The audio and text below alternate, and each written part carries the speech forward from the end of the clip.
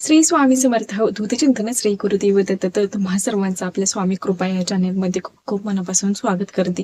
धनलक्ष्मी कुंचन त्यामधील साहित्य कसं सिद्ध करावं, त्याचबरोबर काय काय साहित्य त्यामध्ये लागत असतं आणि ते सिद्ध कसं करावं, कोणते स्तोत्र मंत्र पठण करावेत याच बाबत आजची ही माहिती असणार आहे. व्हिडिओ नक्की कंटिन्यू करा. धनलक्ष्मी कुंचनची सेवा का केली जाते तर आपल्या घरावरती अखंड लक्ष्मीचा वास राहावा, लक्ष्मी प्राप्ती धनप्राप्ती त्याचबरोबर कर्जमुक्ती व्हावी ह्यासाठी ही सेवा धनलक्ष्मी कुंचनची केली जाते. तर चला काय काय साहित्य लागते तर ते सुद्धा मी तुम्हाला दाखवते, स्तोत्र मंत्र सुद्धा सांगणार आहे. आता मी सकाळीच इथं कुंचनची सेवा सर्व काही करून घेतली होती, पण एका ताईंचा प्रश्न होता, त्यांना सर्व काही कुंचन मधील साहित्य सिद्ध कसं करावं तर ते सांगायचं होतं स्तोत्र मंत्र. त्यामुळे मी पुन्हा कुंचनची सेवा करत आहे. तर सर्वप्रथम जेव्हा आपण कुंचन सिद्ध करतो तर तेव्हा आपल्याला एक तुपाचा दिवा सुद्धा प्रज्वलित करायचा आहे, धूपदीप लावायचा आहे.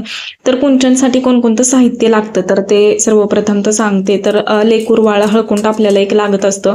चॉकलेटी कवडी म्हणजेच त्याला लक्ष्मी विष्णू कवडी असं सुद्धा म्हटलं गेलेलं, तुम्ही 3 किंवा 5 असं घेऊ शकता. त्यानंतर कमलकट्ट्याची मणी 5 किंवा 3 घ्यायची आहेत. पांढरी कवडी तुम्हाला 3 किंवा 5 घ्यायची आहे. पिवळी कवडी घेतली तरी सुद्धा काही हरकत नाही. गोमती चक्र आपल्याला 5 किंवा 3 घ्यायचे आहेत. विलायची 5 घ्यायची आहे. लवंगा 5 घ्यायच्या आहेत. 1 रुपयाचं नाणं घ्यायचं आहे.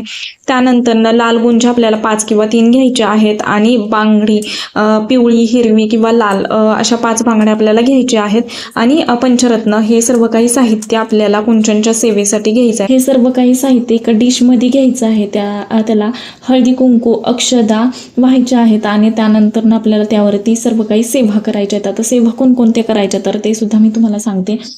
तर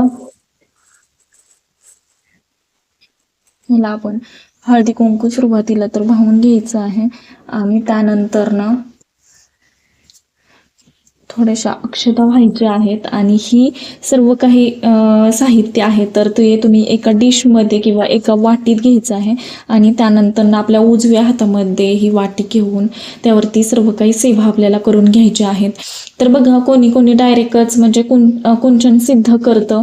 त्यानंतर जे हे बालाजीचं चिन्ह आहे तर ते सिद्ध केलं जातं आणि डायरेक्टली सुद्धा तुम्ही ही सेवा करू शकता. त्यानंतर इथं आपल्याला हे कॉईन घ्यायचे आहेत आणि आपल्याला जेव्हा आपण कुंचनची ही सेवा करत असतो तर त्याच्या खाली आपल्याला हे कॉईन खाली ठेवायचे असतात आणि त्यानंतर सिद्ध केलेला कुंचन आणि हे बालाजीचं चिन्ह सुद्धा तुम्ही नक्कीच घेऊ शकता आणि हे कुंचन त्यावरती ठेवून आपल्याला हे सर्व काही सिद्ध केलेलं जे साहित्य आहे तर ते ह्यामध्ये आपल्याला ओम श्री महालक्ष्मी नमः ओम श्री महालक्ष्मी नमः असं म्हणत ही सेवा करायची असते, कुंचनची सेवा करायची असते. तर आता ते सर्व काही कसं करावं तर ते इन डिटेल मी तुम्हाला सांगते. सुरुवातीला तर आपल्या उजव्या हातामध्ये ही डिश घ्यायची आहे. ह्या पद्धतीनं आपल्याला उजव्या हातावरती डिश घ्यायची आणि त्यानंतर आपल्याला सेवा करायची. सुरुवातीला हळदी कुंकू अक्षदा सर्व काही हे करून घ्यायचं आहे. आता माझे हे सिद्ध केलेले आहेत. कोणी कोणी सिद्ध करतं, कोणी कोणी नाही करत. डायरेक्टली सुद्धा तुम्ही सेवा करू शकता, पण सिद्ध केलेलं चांगलं असतं. जेवढं आपण हे कुंचनमधील जे काही साहित्य आहे तर ते सिद्ध करतो तर तेव्हा नक्कीच आपल्याला खूप मोठ्या प्रमाणात लाभ भेटत असतो. त्यामुळे हे सिद्ध करूनच तुम्ही घ्यावं आणि पूर्ण सेवा होतोपर्यंत आपल्याला हे ताट उजव्याच हातामध्ये घ्यायचं आहे आणि सेवा करायच्या आहेत. आता सेवा कोणत्या करायच्या म्हणजेच हे सर्व काही साहित्य आपल्याला सिद्ध करण्यासाठी कोणकोणते सेवा म्हणजे स्तोत्र मंत्र पठण करायचे आहेत तर ते मी तुम्हाला सांगते. तर 16 वेळा श्री सुक्ताचं पठण करायचं आहे, 16 वेळा महालक्ष्मी अष्टकम पठण करायचं आहे, 16 वेळा व्यंकटेश स्तोत्राचं पठण करायचं आहे. लक्ष्मी गायत्री मंत्र तर ते तुम्ही 16 किंवा 24 वेळा पठण करायचं आहे. विष्णू गायत्री मंत्र ते तुम्ही 16 किंवा 24 वेळा पठण करायचं आहे. कुबेर मंत्राचं 16 किंवा 24 वेळा पठण करू शकता. नवरत्न मंत्राची 1 माळ करायची आहे आणि त्यानंतर श्री स्वामी समर्थ महाराजांचा 1 माळ जप करायचा आहे. हे सर्व काही सेवा झाल्यानंतर हे ताट आपल्याला देवघरात ठेवायचं आहे. तसं पण पुन्हा एकदा हळदी कुंकू आणि अक्षदा वाहून घ्यायच्या आहेत आणि धूपदीप दाखवून घ्यायचा आहे. जर तुमच्याकडं कमळाचं फूल असेल, गुलाबाचं फूल असेल तर ते सुद्धा तुम्ही नक्कीच हे करू शकता, वाहू शकता.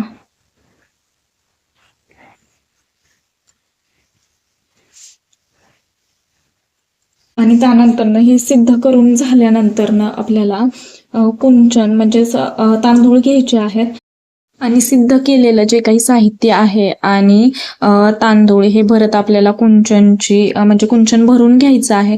सुरुवातीला तर आपल्याला कुंचनला हळदी कुंकू लावून घ्यायचं आहे. त्यानंतर आपण जे काही खाली कॉईन ठेवलेले आहेत कमळाच्या आकाराचे, तर तिथं सुद्धा हळदी कुंकू वाहून घेऊन आपल्याला तो कुंचन तिथं स्थापित करायचा आहे.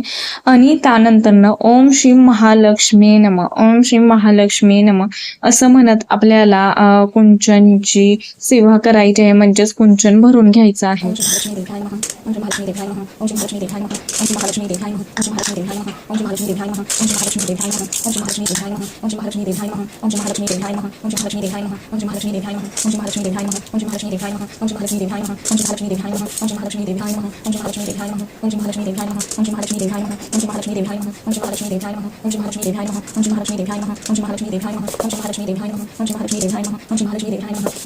कुंचन पूर्णपणे भरून झाल्यानंतर आपल्याला जो लक्ष्मीचा कॉईन आहे तर त्याला सुद्धा हळदी कुंकू अक्षता वाहून घ्यायचे आहेत. बालाजीच्या चिन्हाला चंदन टीका हळदी कुंकू अक्षता वाहून घ्यायचे आहेत. त्यानंतरनं गुलाबाचं फूल, वेणी, गजरा किंवा कमळाचं फूल असं आपल्याला कुंचनला अर्पण करायचं आहे, व्हायचं आहे. आणि गुलाबाचं अत्तर हे सुद्धा तुम्ही लावू शकता. गोडाचा नैवेद्य आपल्याला दाखवायचा आहे. मग तुम्ही मखान्याची खीर, रव्याची कोणताही गोडाचा नैवेद्य तुम्ही नक्कीच दाखवू शकता. तर ह्या पद्धतीनं आपल्याला कुंचनमधील जे काही साहित्य आहे तर ते सर्व काही सिद्ध करायचं आहे. सिद्ध करस्तोपर्यंत आपल्या हातात तशीच ती जे काही साहित्याची प्लेट आहे तर ती तशीच ठेवायची आहे. सिद्ध केल्यानंतरनं आपल्याला हळदी कुंकू अक्षता धूपदीप दाखवून घ्यायचा आहे पुन्हा एकदा आणि त्यानंतर गोडाचा नैवेद्य काही तर ठेवायचा आहे. मग तुम्ही शेवाळ्याची खीर, रव्याची खीर किंवा तुम्ही मखाण्याचा नैवेद्य दाखवू शकता किंवा कोणतेही खीर वगैरे नक्कीच तुम्ही नैवेद्यामध्ये ठेवू शकता. तर ह्या पद्धतीने आपल्याला कुंचनची सेवा करायची आहे. नक्की समजलं असेल. आतापर्यंत एवढंच झालेली सेवा मी महाराजांच्या निरोजू करते. व्हिडिओ आवडला असेल तर नक्कीच लाईक करा, शेअर करा आणि चॅनलवरती नवीन असाल तर असंच नवनवीन व्हिडिओ पाहण्यासाठी आपल्या चॅनलला सबस्क्राईब देखील करा. श्री स्वामी.